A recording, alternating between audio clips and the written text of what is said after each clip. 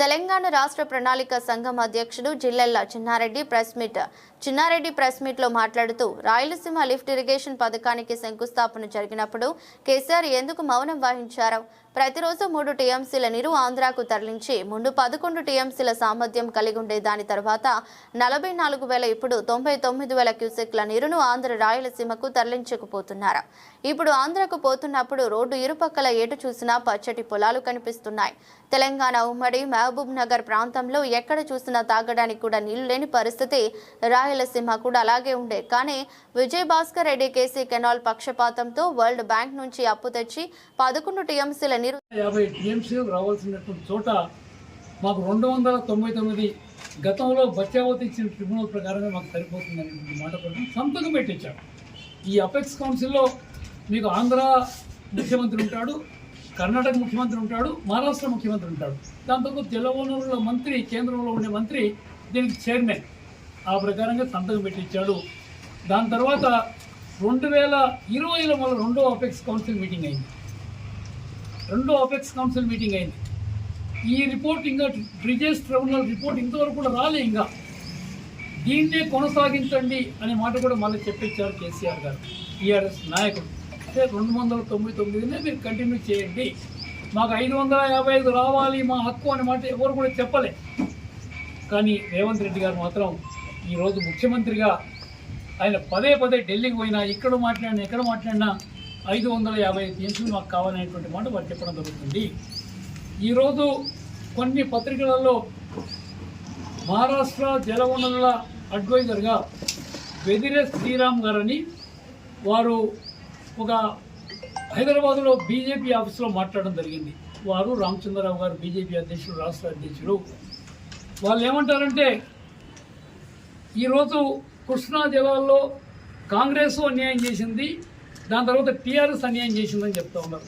నేను వెదిరే శ్రీరామ్ గారికి, వారి పక్కన కూర్చున్న రామచంద్రరావు గారికి చేతులు జోడించి నేను వేడుకుంటున్న వారిని, ఇలా కేంద్రంలో మీరే అధికారంలో ఉన్నారు, బ్రిజెస్ ట్రిబ్యునల్ వేసింది మీరే, ఇలా అపెక్స్ కౌన్సిల్ చైర్మన్ కూడా మీ జలవనరుల మంత్రి ఉన్నాడు కేంద్రంలో, మా 555 ఇప్పించండి వెదిరే శ్రీరామ్ గారని నేను అడుగుతా ఉన్నా. మీరు కుంటి సాగు పోయింది, జరిగిపోయింది. ఎవరు ఏ తప్పులు చేసినా ప్రజలు ఏ విధంగా శిక్షించాలో శిక్షించరు, జరిగిపోయింది. ఇవాళ మీ చేతిలో అధికారం ఉంది కేంద్రంలో. ఆ ట్రిబ్యునల్ ద్వారా తెలంగాణ బిడ్డగా, ఆయన కూడా తెలంగాణ అతను వెదిరే శ్రీరామ్ కూడా, ఆయనకు ఈ 555 టీఎంసీలు తెలంగాణకి ఇప్పించమని మేము వారికి చేతులు జోడించి వారిని వేడుకుంటున్నాం, ఇప్పించమని కోరుకుంటున్నాం అనేటువంటి మాట కూడా నేను మనవి చేస్తున్నాను. దాని తర్వాత కొన్ని విషయాలు నేను మీకు చెప్పాలి. మనకు మహబూబ్నగర్ జిల్లా, నేను 46 సంవత్సరాల నుంచి కాంగ్రెస్ రాజకీయాల్లో ఉన్నా. 1978 నుంచి నేను విద్యార్థి నాయకునిగా వ్యవసాయ విశ్వవిద్యాలయంలో యూనివర్సిటీ ప్రెసిడెంట్గా ఉన్నా, ఎలక్టెడ్ ప్రెసిడెంట్గా ఉన్నా. దాని తర్వాత ఇందిరాగాంధీ గారు 1978లో కాంగ్రెస్ పార్టీలో ఉండే సీనియర్ నాయకులు అమ్మను బహిష్కరిస్తే, ఆమెతో పాటు కొంతమందిని పార్టీ నుంచి బహిష్కరిస్తే ఆమె వచ్చి ఇందిరా కాంగ్రెస్ అని కొత్త పార్టీ పెట్టుకుంది. ఒక విద్యార్థి నాయకునిగా ఆ పార్టీలో చేరి ఆ అమ్మతో పాటుగా ఉండి ఈ రోజు వరకు కూడా అదే కాంగ్రెస్ పార్టీలో నేను కొనసాగుతూ ఉన్నాననేటువంటి మాట కూడా నేను మనవి చేస్తున్నాను.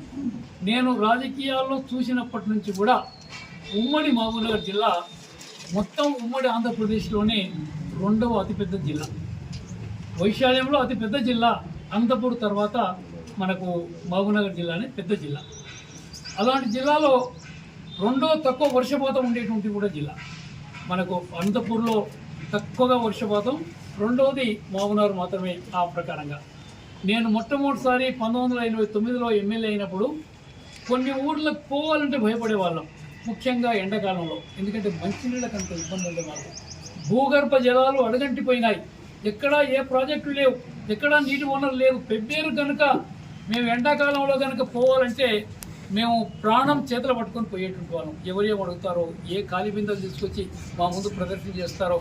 ఆ పెబ్బేరులో ఉండే రోడ్డు పక్కన ఉండేటువంటి ఆ గ్రామ పంచాయతీ ఏర్పాటు చేసినటువంటి నీళ్ళ బండాగారం వంటి గ్రౌండ్ లెవెల్ ట్యాంక్ ఉంటే 1 కిలోమీటర్ లైన్ ఉంటుండే దాని ముందు నీళ్ళు పట్టుకోవడానికి. అంత భయంకరమైనటువంటి పరిస్థితి ఆ రోజు ఉండేదనేటువంటి మాట మన నియోజకవర్గంలో, ముఖ్యంగా మహబూబ్నగర్ నా నియోజకవర్గమే కాదు అన్ని నియోజకవర్గాలు ఇదే పరిస్థితి ఉండే. నీటి ఎద్దడి చాలా ఎక్కువగా ఉండే. తాగడానికే నీళ్ళు లేనటువంటి మహబూబ్నగర్ జిల్లా వ్యవసాయం కూడా చాలా కష్టంగా ఉండే 4 సంవత్సరాల మీరు ఈ వర్షపాతం లెక్కలు కనుక చూస్తే 3 సంవత్సరాల కరువు ఉండేది, ఒక్కటే సంవత్సరం వర్షాలు పడేది మహబూబ్నగర్ జిల్లాలో. అది ఆనవాయితీ. మిగతా 3 సంవత్సరాలు వాళ్ళు ఈ పిల్లల్ని ముసలోళ్ళని ఇంటి దగ్గర వదిలిపెట్టి భార్యతో తట్టా బుట్ట సంకలు పెట్టుకొని చాలా దూర ప్రాంతాలు పోయి బతికొచ్చే వాళ్ళు మహబూబ్నగర్ జిల్లా వాసులు.